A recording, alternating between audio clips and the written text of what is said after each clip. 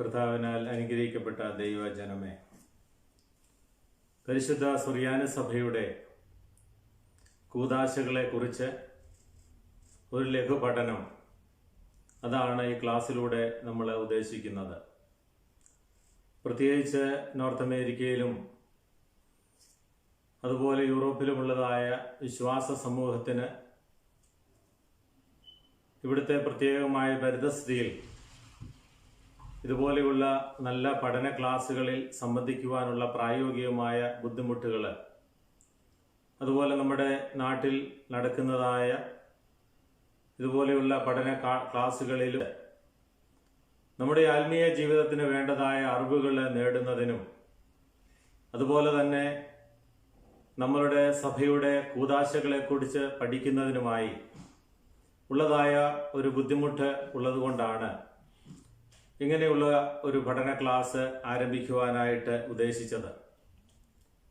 ദൈവത്തിൻ്റെ വലിയ കൃപയാൽ പരിശുദ്ധ സുറിയാനി സഭയുടെ കൂദാശകളെക്കുറിച്ചും പിതാക്കന്മാരതിന് നൽകിയിരിക്കുന്ന വ്യാഖ്യാനങ്ങളെക്കുറിച്ചും എൻ്റെ ബലഹീനമായ അറിവിൽപ്പെട്ട കാര്യങ്ങളാണ് ഈ ക്ലാസ്സിലൂടെ ഉദ്ദേശിക്കുന്നത്.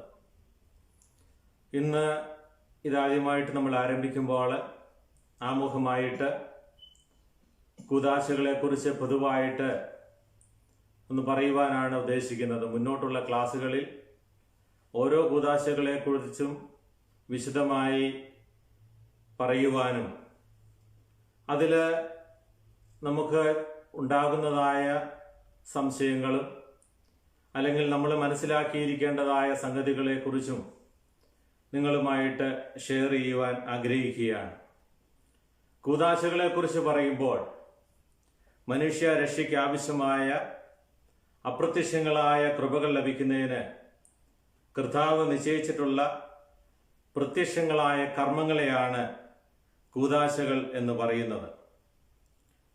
കാദേശ് എന്ന സുറിയാനി പദത്തിന്റെ അർത്ഥം പരിശുദ്ധം അല്ലെങ്കിൽ വിശുദ്ധി എന്നാണ്.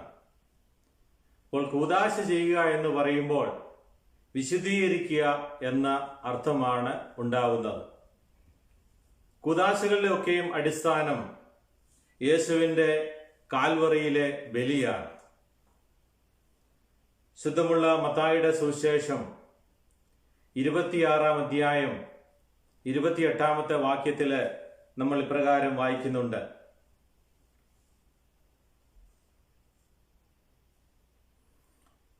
ഇത് അനേകർക്ക് വേണ്ടി പാപമോചനത്തിനായി ചൊരിയപ്പെടുന്ന പുതിയ നിയമത്തിനുള്ള എൻ്റെ രക്തം.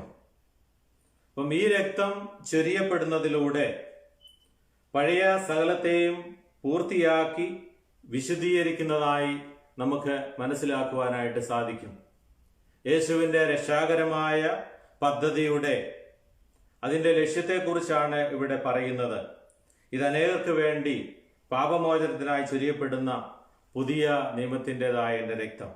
അപ്പം കൂദാശകളുടെ അടിസ്ഥാനം എന്ന് പറയുന്നത് കാൽവറിയിലെ ഈ ബലിയുമായിട്ട് ബന്ധപ്പെട്ട് ഉള്ളതാണ്.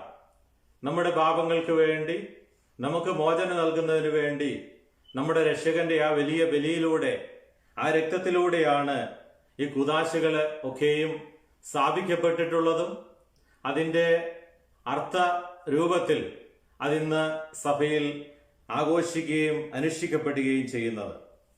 അപ്പം വേറൊരർത്ഥത്തിൽ പറഞ്ഞാൽ പാപികളെ സ്വർഗത്തിലെ കൂട്ടായ്മയിലേക്ക് ഉയർത്തുന്ന മുഖാന്തരമാണ് കൂദാശകൾ എന്ന് നമുക്ക് പറയാം.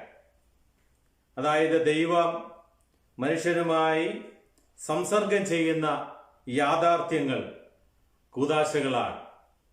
ദൈവകൃപ ഒരുവനിൽ നടത്തുന്ന അല്ലെങ്കിൽ അവനെ വിശുദ്ധീകരിക്കുന്ന ഒരു പ്രക്രിയയാണ് കൂദാശകളിലൂടെ സംഭവിക്കുന്നത്. പരിശുദ്ധ സുറിയാനി സഭയിൽ 7 കൂദാശകളാണ് ഉള്ളത്. നമുക്കെല്ലാവർക്കും അതറിയാം. ഒന്നാമത്തേത് വിശുദ്ധ മാമോദീസ.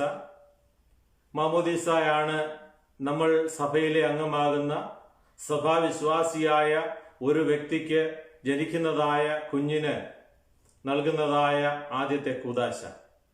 അതിനോട് ചേർന്ന് തന്നെ വിശുദ്ധ മൂറോൻ, അതുപോലെ വിശുദ്ധ കുർബാനയും നമ്മൾ നൽകുന്നത്. അപ്പം മാമോദീസ ശുശ്രൂഷയിൽ ഈ 3 കൂദാശകളും ഒരുമിച്ചാണ് ഒരു സഭാവിശ്വാസി, സഭയിലെ അംഗമാകുന്ന ഒരു വിശ്വാസിക്ക് അല്ലെങ്കിൽ സഭയുടെ മകനായ വിശ്വാസികളിൽ നിന്ന് ജനിക്കുന്നതായ കുഞ്ഞുങ്ങൾക്ക് നൽകുന്നത്.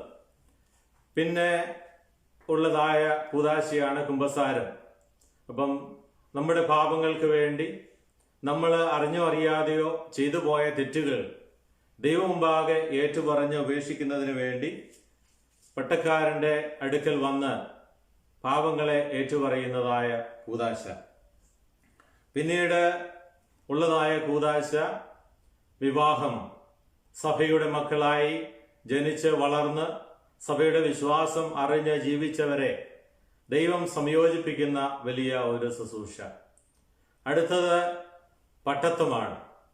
സഭയിലെ ശുശ്രൂഷകൾക്കായി ദൈവം വിളിച്ച് വേർതിരിച്ച് തന്റെ അഭിഷേകം നൽകിക്കൊണ്ട് ദൈവത്തിന്റെ മുന്തിരിത്തോട്ടത്തിൽ ശുശ്രൂഷ ചെയ്യുന്നതിന് വേണ്ടി പ്രത്യേകമായിട്ട് തെരഞ്ഞെടുക്കപ്പെട്ടവരെ ഒരുക്കുന്നതായ ഒരു വലിയ ശുശ്രൂഷ. അതാണ് പട്ടത്വം. അവസാനത്തേത് തൈലാഭിഷേകമാണ്. സത്യവിശ്വാസിയായി ജീവിച്ച് എന്നാൽ ഈ ലോകത്തിൽ നിന്ന് പലവിധമായ രോഗങ്ങളിൽ അടിമപ്പെടുമ്പോൾ അതിൽ നിന്ന് വിടുതൽ ലഭിക്കുന്നതിനും ദൈവകൃപ ലഭിക്കുന്നതിനും വേണ്ടി നമ്മൾ പുരോഹിതന്മാരെ അല്ലെങ്കിൽ ശിഷ്യന്മാരെ കൊണ്ടുവന്ന് നമ്മൾ തൈലാഭിഷേകം നടത്തുവാറുണ്ട്. അവരുടെ ജീവിതത്തിൽ ആ രോഗാവസ്ഥയിൽ നിന്ന് സുഖപ്പെടുന്നതിന് വേണ്ടിയുള്ള കൂദാശ. ഇങ്ങനെ 7 കൂദാശകള് സഭ നമുക്ക് അനുവദിച്ച് തന്നിട്ടുണ്ട്. ഇതില് മൂറോൻ അഭിഷേകവും അതുപോലെ മാമോദീസായും പട്ടത്വവും ഈ കൂദാശകൾ വീണ്ടും കൂടുതലായിട്ട് ചെയ്യുവാൻ അല്ലെ ഒന്നിൽ കൂടുതലായിട്ട് ചെയ്യുവാൻ പാടില്ലാത്ത കൂദാശകളാണ്. എന്നാൽ വിവാഹ കൂദാശ അത് പ്രത്യേകമായിട്ട് അതിനുവേണ്ടി ഒരുങ്ങിയിരിക്കുന്നവർക്ക് നൽകുന്ന കൂദാശയാണെന്ന് പറഞ്ഞല്ലോ. എന്നാൽ പ്രത്യേക സാഹചര്യത്തിൽ സഭ പുനർവിവാഹത്തിന് അനുവദിക്കാറുണ്ട്. അപ്പോൾ ആ കൂദാശ രണ്ടാമതും ഒരു ക്രൈസ്തവന് ലഭിക്കുവാൻ ചിലപ്പോൾ ഇടയാക്കിയേക്കാം. ഇപ്പൊ കൂദാശകളെ പരിശുദ്ധ സുറിയാനി സഭയിൽ രഹസ്യങ്ങൾ എന്നാണ് വിളിക്കുന്നത്. ഇതിന്റെ ഗ്രീക്ക് പദം മിസ്റ്റീരിയോൻ എന്ന പദമാണ് ഇതിനെ ഉപയോഗിക്കുന്നത്. സുറിയാനിയിൽ ഇതിന് റോസോ അല്ലെങ്കിൽ രഹസ്യം എന്ന് പറയുന്നു. ലാറ്റിനിൽ ഇതിന് സാക്രമെന്തും പറയുന്നുണ്ട്. അതിന്റെ അർത്ഥം പവിത്രീകരിക്കുന്ന കർമ്മം എന്നാണ് അതിന്റെ അർത്ഥം. അപ്പം ഈ ഗ്രീക്കിലായാലും സുറിയാനിലായാലും ലാറ്റിനിലായാലും എല്ലാം വിശുദ്ധിയാക്കുന്ന ഒരു കർമ്മം അല്ലെ ഒരു രഹസ്യം ആയിട്ടാണ് ഈ വാക്കുകളൊക്കെയും അർത്ഥമാക്കുന്നത്. ഈ ദൈവ മനുഷ്യ സംസർഗം മനുഷ്യബുദ്ധിക്ക് അതീതമായ ഒരു ആയതിനാലാണ് അല്ലെങ്കിൽ രഹസ്യം ആയതിനാലാണ് ഇതിനെ പരിശുദ്ധ സഭ രഹസ്യം എന്ന് വിളിക്കുന്നത്. പരിശുദ്ധ സഭയിലെ കൂദാശകൾ ആരാധനയുടെ പശ്ചാത്തലത്തിൽ അനുഷ്ഠിക്കുമ്പോൾ അത് മനുഷ്യബുദ്ധിക്ക് അതീതമായ കൃപകൾ മനുഷ്യൻ സ്വീകരിക്കുന്നതിലാണ് ഇതിനെ രഹസ്യമെന്ന് വിളിക്കുന്നത് അല്ലെങ്കിൽ അറിയപ്പെടുന്നത്. ഈ കൂദാശകള് 7 നമുക്കറിയാം. എന്നാൽ ഈ 7 സംഖ്യയെക്കുറിച്ച് പല വ്യാഖ്യാനങ്ങളുമുണ്ട്. എന്തുകൊണ്ടാണ് ഇത് 7 നിജപ്പെടുത്തിയിരിക്കുന്നത്? അതില് ചില കാര്യങ്ങൾ ഉള്ളത്. ഈ 7 കൂദാശകളാണ് സഭയുടെ കൂദാശകൾ എന്ന ക്രമത്തിൽ വരുന്നതെങ്കിലും നമ്മുടെ ദൈവാലയ കൂദാശ, അതുപോലെ തന്നെ ഭവന ശുദ്ധീകരണം, അതുപോലെ ഉള്ള മറ്റ് പല കൂദാശകളും അല്ലെങ്കിൽ ശുശ്രൂഷകളും കൂദാശകളുടെ ഗണത്തിൽ വരുന്നുണ്ട്. എന്നാൽ പ്രധാനമായിട്ടും 7 കൂദാശയായിട്ട് കണക്കാക്കപ്പെടുന്നത്. മറ്റുള്ളതൊക്കെയും ശുശ്രൂഷകളായിട്ട് നമ്മൾ കണക്കാക്കുന്നു. ഈ 7 എന്നുള്ളതായ ഈ സംഖ്യ, ഇതില് 3 എന്നുള്ളത് തൃത്വത്തെ സൂചിപ്പിക്കുന്നതാണെന്നാണ് ചില വ്യാഖ്യാതാക്കൾ പറയുന്നത്. പിതാവ്, പുത്രൻ, പരിശുദ്ധ റൂഹ എന്ന ആ തൃത്വത്തെ സൂചിപ്പിക്കുന്ന 3 എന്ന സംഖ്യ. 4 എന്നത് 4 സൃഷ്ടിയുടെയും പ്രതീകമായി കണക്കാക്കപ്പെടുന്നു. അങ്ങനെ 4ഉം 3ഉം കൂടി 7 എന്നുള്ള ഒരു വ്യാഖ്യാനമാണ് ഇതിന് നൽകുന്നത്. ഇതിന്റെ വേദപുസ്തക അടിസ്ഥാനം എന്ന് പറയുന്നത് ഉൽപ്പത്തി പുസ്തകം 1-ാം അധ്യായം 14 മുതൽ 19 വരെയുള്ളതായ വാക്യങ്ങളിൽ അല്ലെങ്കിൽ ഭാഗങ്ങളിൽ നമുക്ക് കാണുവാൻ സാധിക്കുന്നത് 4-ാം ദിവസത്തെ സൃഷ്ടിപ്പിനെ കുറിച്ച് അവിടെ പ്രതിപാദിക്കുന്നുണ്ട്. സൂര്യനെയും ചന്ദ്രനെയും നക്ഷത്രങ്ങളെയും വാനവിരുവിൽ ദൈവം സൃഷ്ടിച്ച് ക്രമപ്പെടുത്തി. അപ്പം ആ സൂര്യൻ, ചന്ദ്രൻ, നക്ഷത്രങ്ങൾ അതിനെയൊക്കെയും സൃഷ്ടിച്ചത്, ഈ സൃഷ്ടി നടക്കുന്നത് ഈ 4-ാമത്തെ ദിവസമാണ്. അതുപോലെ തന്നെ പ്രപഞ്ചത്തിലെ 4 പദാർത്ഥങ്ങൾ ഭൂമി, വായു, അഗ്നി, ജലം ഇവയാണ്. അതും 4ആയിട്ടാണ് അതിനെ കണക്കാക്കുന്നത്. അപ്പൊ സംഖ്യയ്ക്ക് ഒത്തു വരുന്നതിനെ കുറിച്ചാണ് ഇവിടെ സൂചിപ്പിക്കുന്നത്. അതുപോലെ 4 ദിക്കുകള്, കിഴക്ക്, പടിഞ്ഞാറ്, വടക്ക്, തെക്ക്. നമ്മൾ പ്രത്യേകിച്ച് ക്രിസ്മസ്, അതുപോലെ തന്നെ ദനഹ, സ്ലീബ പെരുന്നാളിന്റെ ഒക്കെ ശുശ്രൂഷകളിൽ ഈ 4 ദിക്കുകളിലേക്കും നോക്കി നമ്മൾ സ്ലീബ ആഘോഷം നടത്താറുണ്ട്. അപ്പോൾ ഈ 4 ദിക്കുകളെയും ആ സ്ലീബ കൊണ്ട് നാം വാഴ്ത്തുകയാണ്, എല്ലാം അനുഗ്രഹിക്കപ്പെടുവാനായിട്ട്. അപ്പം ഈ 4നെ കുറിച്ച് ഇതെല്ലാം സൃഷ്ടിച്ചത് ആ 4-ാം ദിവസമാണ്. അതുപോലെ തന്നെ അവിടെ പറയുന്നുണ്ട്, ഉൽപ്പത്തി പുസ്തകം 1-ാം അധ്യായം 14-ാമത്തെ വാക്യത്തില് 4 സീസണെ കുറിച്ച് പറയുന്നുണ്ട്. വിന്റർ, സ്പ്രിങ്, സമ്മർ, ഓട്ടം. ഇതൊക്കെ നമുക്ക് സമയം പോലെ നിങ്ങൾ വായിക്കുക. ഇതെല്ലാം, ഈ കാര്യങ്ങളെല്ലാം നടക്കുന്നത് അല്ലെങ്കിൽ സൃഷ്ടിക്കപ്പെട്ടിരിക്കുന്നത് 4-ാമത്തെ ദിവസമാണ്. അതുകൊണ്ടാണ് ഇതിനെ 4 എന്ന സംഖ്യയുമായിട്ട് ബന്ധിപ്പിച്ചിരിക്കുന്നത്.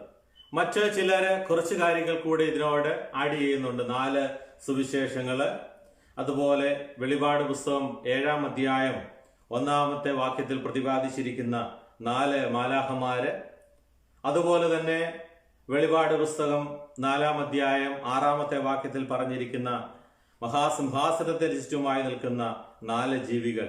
അപ്പം ഇതെല്ലാം 4നെ സൂചിപ്പിക്കുന്നു. അങ്ങനെ ഈ 4ഉം അതുപോലെ തൃത്വമായ ആ 3 സംഖ്യയുടെ കൂടി 7, അങ്ങനെയാണ് 7 കൂദാശകള് നിജപ്പെടുത്തിയെന്ന് ചില സഭ വ്യാഖ്യാനിക്കുന്നവര് അതേക്കുറിച്ച് പ്രതിപാദിക്കുന്നുണ്ട്. ഇനി നമ്മൾ ഈ കൂദാശകളിലെ അടയാളങ്ങളെ കുറിച്ച് ചിന്തിക്കുമ്പോൾ ഈ കൂദാശയിലെ അടയാളങ്ങൾ പലപ്പോഴും വ്യത്യസ്തമാണ്. ഓരോ കൂദാശയിലും നമുക്ക് പങ്കെടുക്കുമ്പോൾ അതിൽ നമുക്ക് കാണുവാനായിട്ട് സാധിക്കും. തലയിൽ കൈവച്ച് പ്രാർത്ഥിക്കുന്നുണ്ട്, അഭിഷേകം നടത്തുന്നുണ്ട്, റൂഷ്മ ചെയ്യുന്നുണ്ട്, അതുപോലെ സമാധാനം നൽകുന്നുണ്ട്. ഇങ്ങനെ വിവിധങ്ങളായ അടയാളങ്ങൾ ഈ കൂദാശകളിൽ നമുക്ക് കാണുവാനായിട്ട് സാധിക്കും. ഈ അടയാളങ്ങൾ വഴി പരിശുദ്ധ റൂഹായുടെ പ്രവർത്തനങ്ങളിലൂടെ കൂദാശകളിൽ രൂപമാറ്റം ഉണ്ടാവുകയാണ്. എന്നാൽ ഇത് നമുക്ക് കാണുവാനായിട്ട് സാധിക്കുകയില്ല, ഈ രൂപമാറ്റങ്ങൾ. ഉദാഹരണമായിട്ട് നമ്മൾ പറയുമ്പോൾ ഒരു ചെടി വളരുന്നത്, ആ ചെടി തൈയായിട്ട് നമ്മൾ കുഴിച്ചു വെക്കുന്നു, അതിന് ആവശ്യമായ വെള്ളവും വളവും നൽകുമ്പോൾ അത് ഓരോ ദിവസവും വളർന്നു വരുന്നുണ്ട്. എന്നാൽ ആ വളർച്ചയെ കാണാൻ സാധിക്കുമോ എന്ന് ചോദിച്ചാൽ നമുക്ക് കാണാനായിട്ട് സാധിക്കില്ല. എന്നാൽ ആ ചെടിയുടെ രൂപത്തിന് വ്യത്യാസം വരാതെ അത് മുകളിലേക്ക് വളരുകയാണ്. അതുപോലാണ് ഒരു കുഞ്ഞിന്റെ വളർച്ചയും. ഒരു കൊച്ചുകുട്ടിയായിട്ട് ജനിക്കുന്നതായ ഒരു കുഞ്ഞ്, ഒരു കൈക്കുഞ്ഞ്, അത് ഓരോ ദിവസവും അതിന് വളർച്ച സംഭവിക്കുന്നുണ്ട്. അങ്ങനെ വളർന്നാണ് അത് ഒരു മുതിർന്ന വ്യക്തിയായിട്ട് മാറുന്നത്. അപ്പം ആ കുഞ്ഞിന്റെ സ്വഭാവത്തിനോ അല്ലെങ്കിൽ ആ മനുഷ്യ രൂപത്തിനോ മാറ്റമില്ലാതെ അതിന്റെ കൈകാലുകളും ശരീരങ്ങളും നാം അറിയാതെ വളരുന്നത് പോലെ കൂദാശകളിലൂടെ ലഭിക്കുന്ന അനുഭവങ്ങൾ രഹസ്യങ്ങളാണ്. അത് നമ്മുടെ കണ്ണുകൾ കൊണ്ട് കാണുന്നത് പോലെയല്ല, അതിനുണ്ടാകുന്നതായ മാറ്റം. അതാണ് വിശുദ്ധ കുർബാനയിലെ അപ്പവീഞ്ഞുകള്, അതുപോലെ മാമോദീസായിലെ അഭിഷേകം. ഇതിലൂടെയൊക്കെ നടക്കുന്നതായ പരിവർത്തനങ്ങള് വളരെ വലുതും അതുപോലെ തന്നെ അത് ആത്മീയ പ്രവർത്തനത്തിന് ഒരുപാട് സഹായിക്കുന്നതുമായ ഘടകങ്ങളാണ്. അപ്പോൾ അദൃശ്യങ്ങളായ ദൈവ കൃപകൾ പ്രാപിക്കുന്നതിന് വേണ്ടിയുള്ള ദൃശ്യങ്ങളായ കർമ്മങ്ങളാണ് ഈ കൂദാശകളെന്ന് നാം കണ്ടു കഴിഞ്ഞു. പരിശുദ്ധ സഭയുടെ ആരാധനയിൽ കൂദാശ അനുഷ്ഠാനത്തിന് സുപ്രധാനമായ സ്ഥാനമാണ് ഉള്ളത്. ആരാധനയും കൂദാശയും തമ്മിൽ വേർതിരിക്കുവാൻ കഴിയാത്ത വിധം പരസ്പരം ബന്ധപ്പെട്ടാണ് കിടക്കുന്നത്. കൂദാശകളുടെ രാജ്ഞിയായ വിശുദ്ധ കുർബാന ഒരേ സമയം ആരാധനയും അതുപോലെ കൂദാശയുമാണ്. അതേസമയം മനുഷ്യനിർമ്മിതമായ അപ്പവീഞ്ഞുകൾ ശരീരരക്തങ്ങളാകുന്ന രഹസ്യം ഈ കൂദാശ ആരാധന സമയത്ത് നടക്കുന്നുമുണ്ട്, അല്ലെങ്കിൽ ഈ കൂദാശയിലൂടെ സംഭവിക്കുന്നുമുണ്ട്. അപ്പം അദൃശ്യനായ ദൈവം മനുഷ്യാവതാരം സ്വീകരിച്ച് ദൃശ്യനായതുപോലെ കൂദാശയിലൂടെ പരിശുദ്ധാത്മാവിന്റെ പ്രവർത്തനങ്ങൾ വഴി ആ കൂദാശ അനുഷ്ഠിക്കപ്പെടുന്ന സമയത്ത് അവിടെ രൂപാന്തരം സംഭവിക്കുക. അതുകൊണ്ടാണ് നാം ഈ ശുശ്രൂഷകളൊക്കെ വളരെ വെടിപ്പോടും നൈർമല്യത്തോടും വിശുദ്ധിയോടും കൂടെ ആചരിക്കുകയും അതുപോലെ അതനുഷ്ഠിക്കുകയും അതിൽ പങ്കാളിയാകുകയും ചെയ്യുന്നത്. കൂദാശയിലൂടെ ലഭിക്കുന്ന വ്യക്തിഗതങ്ങളായ കൃപകളും ഓരോരുത്തരിലും വ്യത്യസ്തപ്പെട്ടിരിക്കുകയാണ്. പ്രത്യേകിച്ച് മുദ്ര കുത്തലിന്റെ ഒക്കെ സമയത്ത് മാമോദിസായിലും അതുപോലെ പട്ടത്ത ശുശ്രൂഷകളിലുമൊക്കെ അത് ആ കൂദാശ കർമ്മത്തിലേക്ക് വരുന്നതായ വ്യക്തികളുടെ പേരുകൾ പറഞ്ഞാണ് അവരുടെ നെറ്റിയിലൊക്കെയും മുദ്ര കുത്തപ്പെടുന്നത്. അപ്പോൾ അവിടെ അവർക്ക് കിട്ടുന്നതായ പരിശുദ്ധാത്മാവിന്റെ അനുഭവം, ആ പരിശുദ്ധ റൂഹായുടെ പ്രവർത്തനം ആ വ്യക്തിയിൽ ഉൾക്കൊള്ളുകയാണ്. ആ വ്യക്തിക്ക് ആ കൂദാശയിലൂടെ ആ ദൈവത്തിന്റെ കൃപ ലഭിക്കുകയാണ്. അത് ആ വ്യക്തിയിൽ നിറഞ്ഞു നിൽക്കുകയാണ്. അപ്പം സമൂഹമായിട്ട് നാം ആരാധിക്കുമ്പോഴും അതുപോലെ വ്യക്തിപരമായിട്ടും ആ ശുശ്രൂഷയുടെ രീതി അനുസരിച്ച് നമ്മളിൽ അഭിഷേകം ചെയ്യപ്പെടുന്ന അല്ലെങ്കിൽ വ്യക്തിപരമായി നമുക്ക് ലഭിക്കുന്ന കൃപയും സമൂഹമായിട്ട് നമുക്ക് ലഭിക്കുന്ന കൃപയും നമുക്ക് നമ്മുടെ ദൈവകൃപ നമുക്ക് ലഭിക്കുവാനായിട്ട് സഹായിക്കുന്നുവെന്ന് ഇതിലൂടെ നമുക്ക് മനസ്സിലാക്കുവാനായിട്ട് സാധിക്കും. സുറിയാനി സഭയിലെ വിശ്വാസിയെ സംബന്ധിച്ചിടത്തോളം അവനിലെ മനുഷ്യത്വം പൂർണ്ണമാകുന്നത് അവന്റെ ആരാധനയിലൂടെയാണ്. നമസ്കാരങ്ങളൊക്കെയും നമുക്ക് പ്രാണവായു പോലെയാണ്. ആ നമസ്കാരങ്ങളിൽ നാം എത്രമാത്രം ആത്മാർത്ഥതയോടെ പങ്കെടുക്കുന്നുവോ അത്രമാത്രം നമ്മുടെ ജീവിതത്തിന് വലിയ അനുഗ്രഹങ്ങൾ ഉണ്ടായി. അത്രമാത്രം ആ പ്രാണവായു നാം സ്വീകരിച്ചുകൊണ്ട് നമ്മുടെ ജീവിതത്തിൽ ദൈവത്തെ പുകഴ്ത്തുവാൻ കിട്ടുന്ന ആ നല്ല അവസരങ്ങൾ വിനിയോഗിക്കുന്നത് മൂലം നമ്മളിലൊക്കെയും ദൈവകൃപ വന്നു ചേരുകയാണ്. അതുകൊണ്ടാണ് പരിശുദ്ധ സഭയുടെ നമസ്കാരങ്ങളിലൊക്കെ നമുക്ക് കാണാം, അല്ലെ പ്രാർത്ഥനകളിൽ കൂദാശകളിലൊക്കെയുള്ള പ്രാർത്ഥനകളിൽ നമുക്ക് കാണുവാനായിട്ട് സാധിക്കും. എല്ലാത്തിന്റെ അവസാനം ഞങ്ങൾ നിനക്ക് സ്തുതിയും സ്തോത്രവും പ്രഭയും പുകഴ്ചയും കരേറ്റുന്നു എന്ന് പറഞ്ഞാണ് നമ്മൾ അവസാനിപ്പിക്കുന്നത്. കൂടുതലായിട്ടും സഭയുടെ ശുശ്രൂഷകളിലൊക്കെ നമുക്ക് ഇപ്രകാരം ദൈവത്തിന് സ്തുതി കരയറ്റാതെ പ്രാർത്ഥനകൾ അവസാനിക്കുന്നില്ല. കാരണം ഒരു വിശ്വാസിക്ക് ആ ദൈവത്തിന് സ്തുതി കരയറ്റാതെ ജീവിക്കുവാനായിട്ട് സാധിക്കുകയില്ല. ആരാധനയിലൂടെ നാം ദൈവത്തോട് അലിഞ്ഞു ചേരുകയാണ്.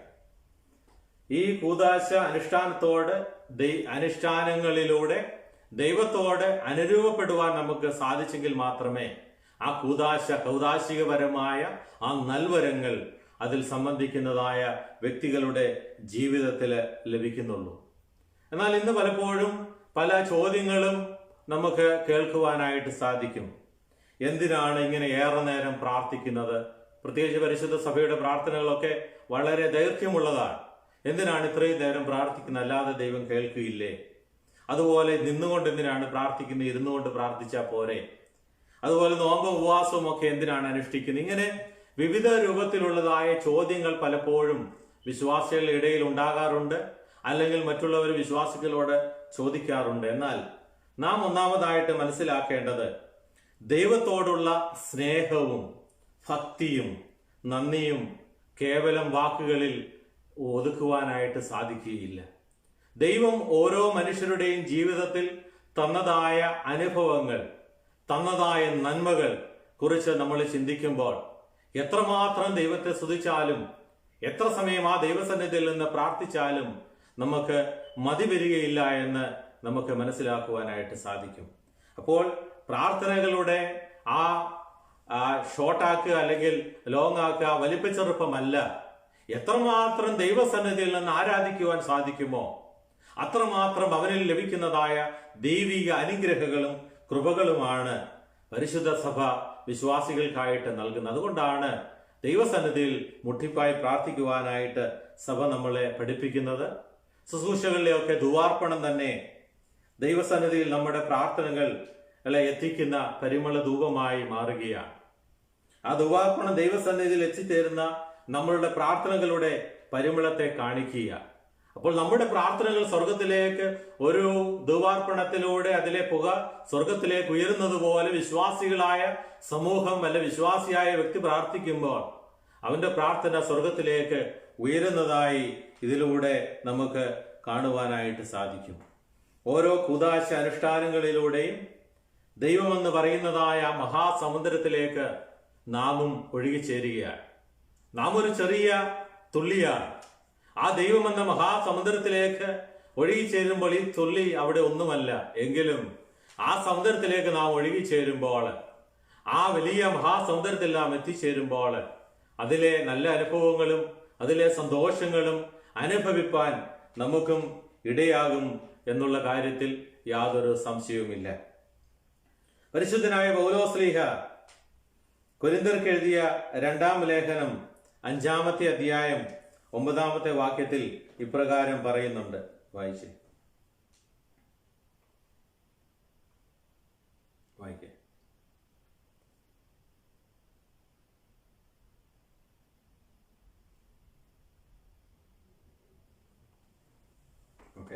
ശരീരത്തെ വിട്ടിട്ടായാലും ശരീരത്തിൽ വസിച്ചാലും ഞങ്ങൾ തന്നെ പ്രസാദിപ്പിക്കുന്നവരാകുവാൻ ഉത്സാഹിക്കുന്നു. ഞാൻ ഫോളോ ചെയ്യുന്ന ബൈബിള് കൂടുതലും പെശീത്ത ബൈബിളാണ്. അപ്പം നിങ്ങളുടെ ഇരിക്കുന്ന ബൈബിളുമായിട്ട് അല്ലെങ്കിൽ ചെറിയ വേർഡിങ്സ് വ്യത്യാസം ഉണ്ടാവും. പരിശുദ്ധ സുറിയാനി സഭയുടെ പെശീത്ത ബൈബിളാണ്, അതിന്റെ ട്രാൻസ്ലേഷനാണ് ഞാൻ ഈ പഠന ക്ലാസ്സുകളിൽ കൂടുതലായിട്ടും ഉപയോഗിച്ചിരിക്കുന്നത്. അപ്പം ഇവിടെ പൗലോസ്ലീഹ പറയുകയാണ്, ശരീരത്തെ വിട്ടാലും ശരീരത്തിൽ വസിച്ചാലും ഞങ്ങൾ നിന്നെ പ്രസാദിപ്പിക്കുന്നവരാകുവാൻ ഉത്സാഹിക്കുന്നു. ഇപ്പൊ ജീവനോടിരുന്നാലും മരിച്ചു പോയാലും ദൈവത്തെ പ്രസാദിപ്പിക്കുന്നവരായി മാറുവാനാണ് ദൈവവുമായിട്ട് അനുരൂപപ്പെട്ട് ജീവിക്കുന്ന ഒരു വ്യക്തിയുടെ ആഗ്രഹം എന്ന് പൗലോസ്ലീഹ പറയുകയാണ്.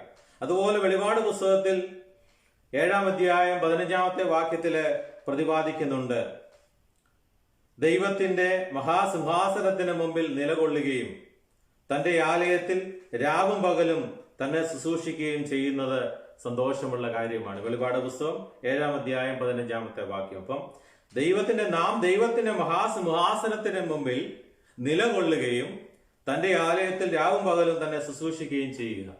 അപ്പൊ അതൊരു മനുഷ്യനെ സംബന്ധിച്ചിടത്തോളം, ഒരു വ്യക്തിയെ സംബന്ധിച്ചിടത്തോളം വലിയ സന്തോഷത്തിന്റെ അനുഭവമാണ്. ദൈവത്തിന്റെ സിംഹാസനത്തിന് മുമ്പാകെ രാവും പകലും അവനുമായിട്ട് ശുശ്രൂഷ ചെയ്യുവാൻ, ദൈവത്തെ ശുശ്രൂഷ ചെയ്യുവാൻ കിട്ടുന്ന വലിയ അവസരങ്ങൾ. അപ്പൊ വിശുദ്ധനായ പൗലോസ്ലീഹയുടെ ഈ പ്രബോധനങ്ങളിലൂടെ നമുക്ക് മനസ്സിലാകുന്നത്, നമ്മുടെ മുഖ്യമായ ലക്ഷ്യമെന്ന് പറയുന്നത് ദൈവത്തെ പ്രസാദിപ്പിക്കുക എന്നതാണ്. അത് ജീവിച്ചിരുന്നാലും അതുപോലെ മരിച്ചാലും, ഈ ഭൗമിക ശരീരത്തിലാണെങ്കിലും സ്വർഗീയ ശരീരത്തിലാണെങ്കിലും നമ്മൾ ഹല്ലേലൂയ പാടി അല്ലെങ്കിൽ ദൈവത്തെ മഹത്വപ്പെടുത്തുന്ന, സ്തുതിക്കുന്ന, ദൈവത്തെ പ്രസാദിപ്പിക്കുന്ന വ്യക്തികളാകുവാൻ ഉത്സാഹിക്കണമെന്ന് പൗലോസ്ലീഹ നമ്മളെ ഓർമ്മിപ്പിക്കുകയാണ്. അപ്പൊ കൂദാശകള് സഭയിൽ അനുഷ്ഠിക്കുന്നത് അതിന്റെ ദൈർഘ്യമോ അല്ലെങ്കിൽ അത് എത്രമാത്രം വലുതോ ചെറുതോ എന്നുള്ളതല്ല. ദൈവത്തെ പ്രസാദിപ്പിക്കുവാൻ കിട്ടുന്നതായ അവസരങ്ങളൊക്കെ വേണ്ട വിധം ഉപയോഗിക്കുക എന്നുള്ളതാണ് ഇതിൽ നിന്ന് നമുക്ക് മനസ്സിലാക്കുവാൻ ചെയ്യുന്നത്. അപ്പോൾ ആ ശുശ്രൂഷകളൊക്കെ അനുഷ്ഠിക്കുമ്പോൾ അതിനു വേണ്ടിയിട്ടുള്ള അനുബന്ധ ഘടകങ്ങളാണ് നോയമ്പും പ്രാർത്ഥനയും ഒക്കെ. നോമ്പാലും ഉപവാസത്താലും ഒക്കെ നാം അത് വേണ്ട വിധം യോഗ്യമാം വണ്ണം അനുഷ്ഠിക്കുവാൻ ശ്രമിക്കുമ്പോൾ നമുക്ക് അത് നല്ല രൂപത്തിൽ ആചരിക്കുവാനും നന്നായി ആ ശുശ്രൂഷകൾ സംവദിക്കുവാനും അതിന്റെ അനുഭവങ്ങൾ നമ്മുടെ ജീവിതത്തിൽ ഉണ്ടാകുവാനും ഇടയാക്കും എന്നുള്ള കാര്യത്തിൽ സംശയമില്ല. അതുപോലെ തന്നെ മറ്റൊരു പ്രത്യേകമായിട്ട് കാര്യമുള്ളത്, പരിശുദ്ധ സുറിയാനി സഭയുടെ പ്രാർത്ഥനകൾ, നമസ്കാരങ്ങൾ എല്ലാം തന്നെ സഭയ്ക്ക് മുഴുവനായിട്ടുമുള്ളതാണ്.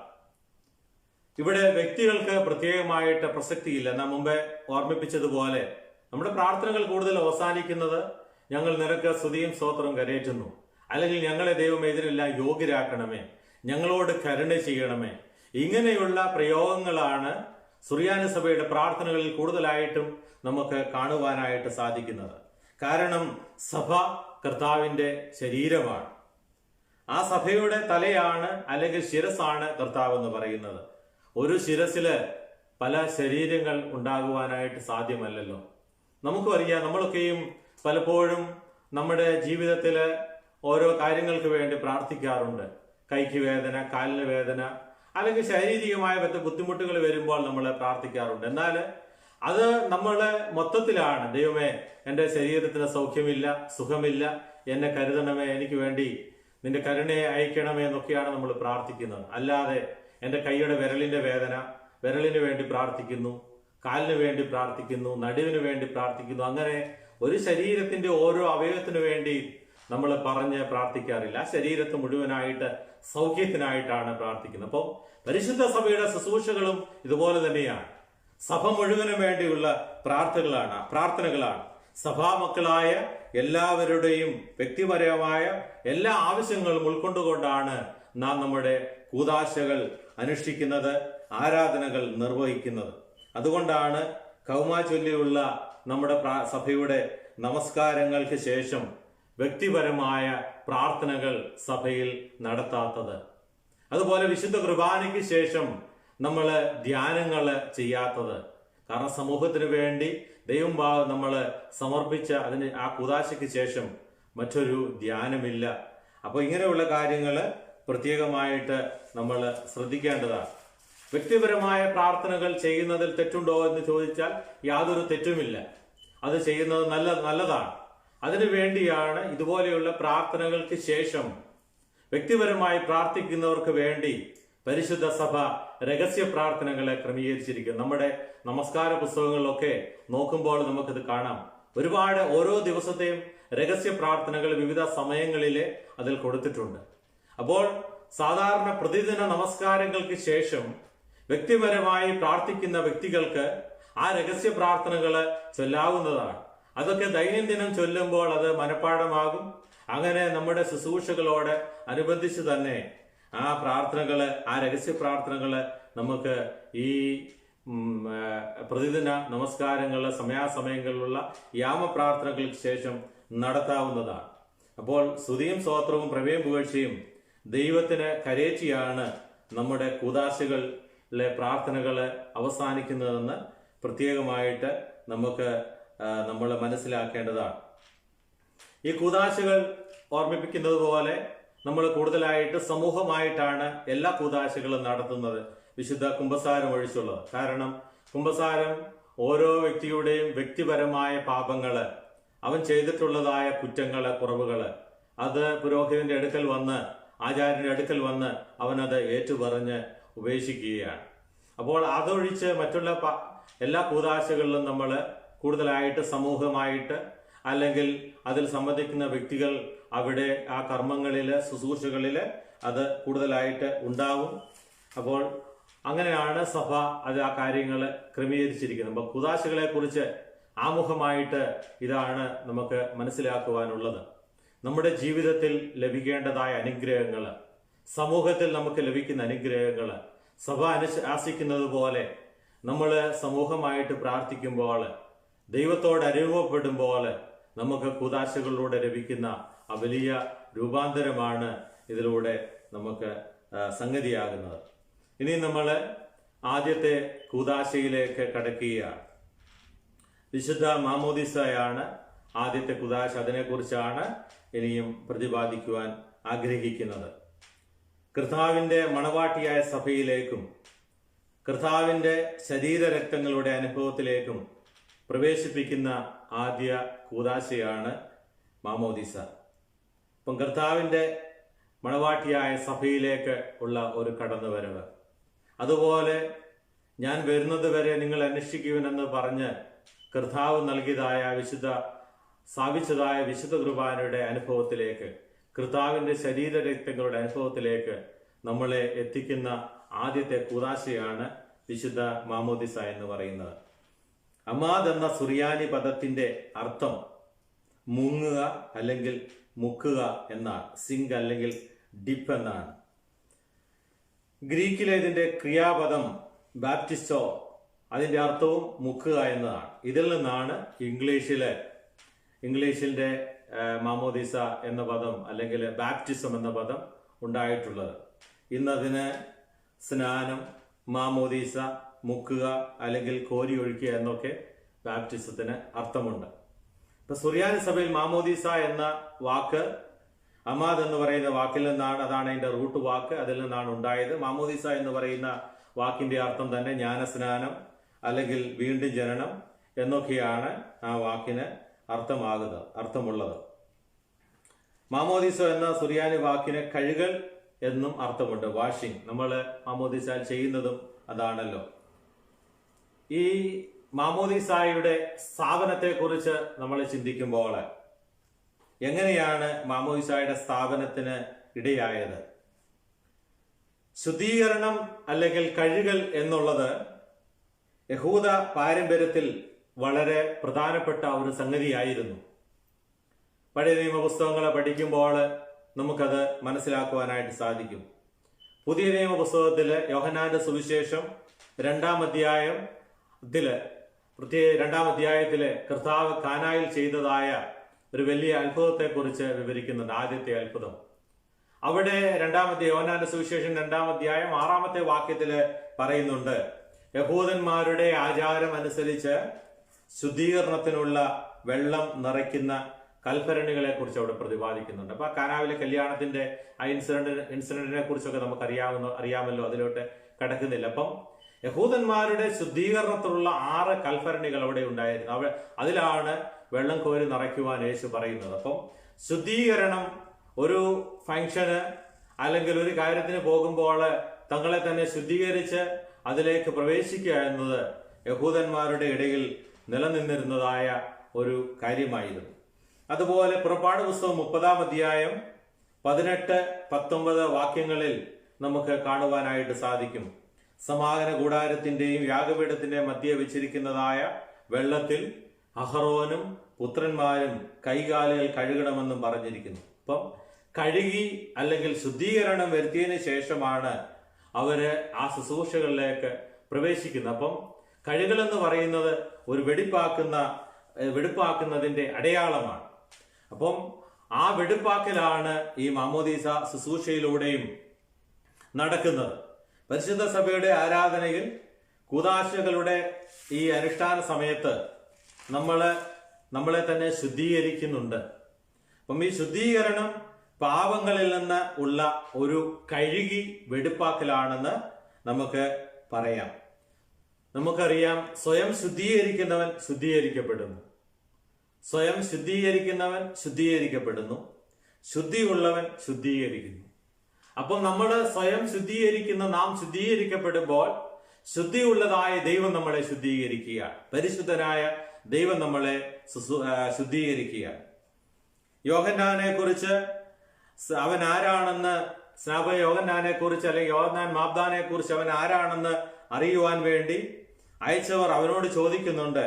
യോഹന്നാന്റെ സുവിശേഷം 1-ാം അധ്യായം 25-ാമത്തെ വാക്യത്തിൽ അതിനെക്കുറിച്ച് പറയുന്നുണ്ട്. യോഹന്നാന്റെ സുവിശേഷം 1-ാം അധ്യായം 25-ാമത്തെ വാക്യത്തിൽ യോഹന്നാൻ സ്നാപകനെ കുറിച്ച് അവൻ ആരാണെന്ന് അറിയുന്നതിന് വേണ്ടി അയച്ചതായ ആളുകൾ അവനോട് ചോദിക്കുകയാണ്, നീ സ്നാനം കഴിപ്പിക്കുന്നത് എന്തിന് എന്ന് അവിടെ ചോദിക്കുന്നു.